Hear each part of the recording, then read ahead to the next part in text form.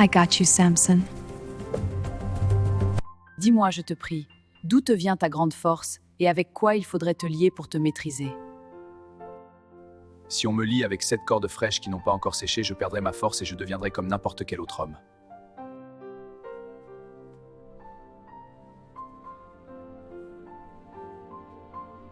Le rasoir n'a point passé sur ma tête, parce que je suis consacré à Dieu dès le ventre de ma mère. Dis-moi, je te prie. Si j'étais rasé, ma force m'abandonnerait, je deviendrais faible et je serais comme tout autre homme.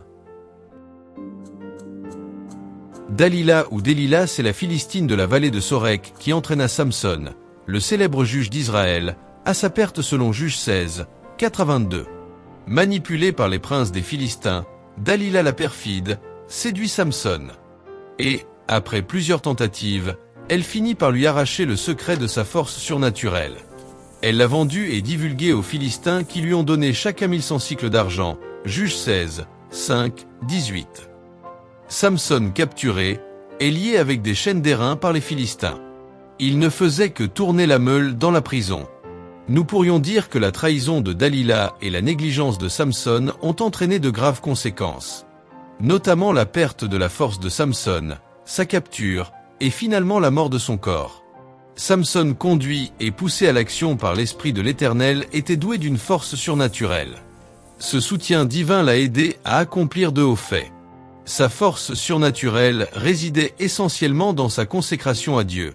Sa chevelure était en fait un symbole de sa dévotion personnelle totale à Dieu. Juge 13, 5, 7.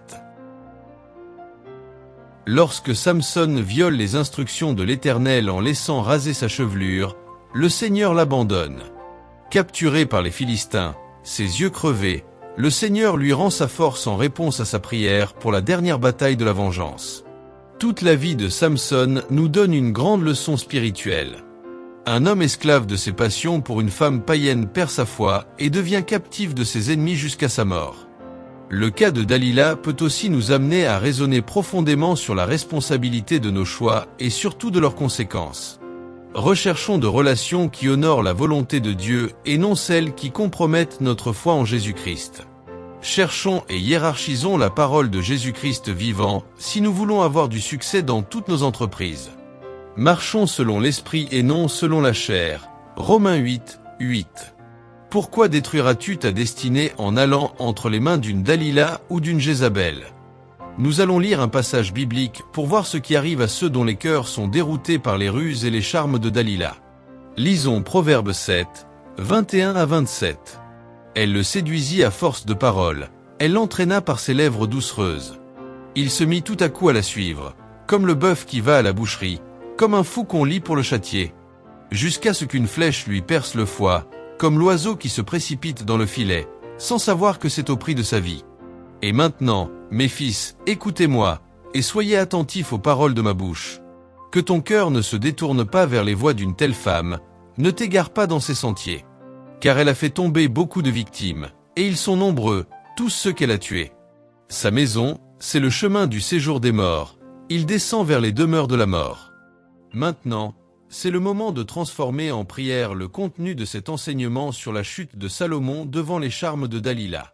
Anéantis par la parole de Dieu et la prière les ennemis de ta destinée.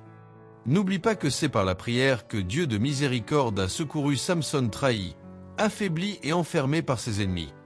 Le Seigneur Jésus-Christ va te délivrer par la prière instante faite avec foi et sincérité. Personnalise ces prières selon ta situation spirituelle ou celle d'une autre personne. Ou tout simplement, intercède pour nos frères et sœurs dans le corps de Christ, ceux qui se retrouvent piégés et envoûtés par les ruses de l'esprit de Dalila. Voici quelques prières de relèvement et de délivrance. Ouvrons nos esprits à la guidance divine, au nom de Jésus-Christ. Un Père éternel, riche en miséricorde, pardonne mes iniquités et mes faiblesses. Crée en moi un cœur pur, renouvelle en moi un esprit bien disposé et vigilant. Car j'ai péché pour les compromis que j'ai faits. Comme Samson, je me suis éloigné de ta présence en suivant mes passions.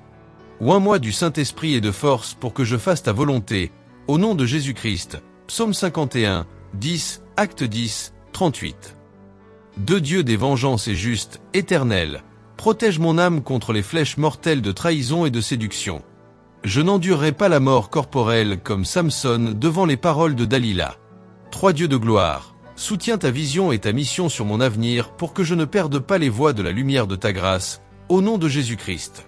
4 La voix envoûtante de l'esprit de Dalila n'aura pas d'emprise sur mon âme, au nom de Jésus-Christ. 5 Mes tympans repoussent les mauvaises ondes envoyées contre moi par la servante de l'esprit de Python, au nom de Jésus-Christ. Acte 16, 16-18. 6 Éternel, tu es mon berger, et moi, je suis ta brebis. Je n'écouterai pas le mercenaire, au nom de Jésus-Christ. Jean 10, entre 11 et 18. 7 Lève-toi, juge de la terre. Rends aux superbes selon leurs œuvres, au nom de Jésus-Christ. Psaume 94, 1-2.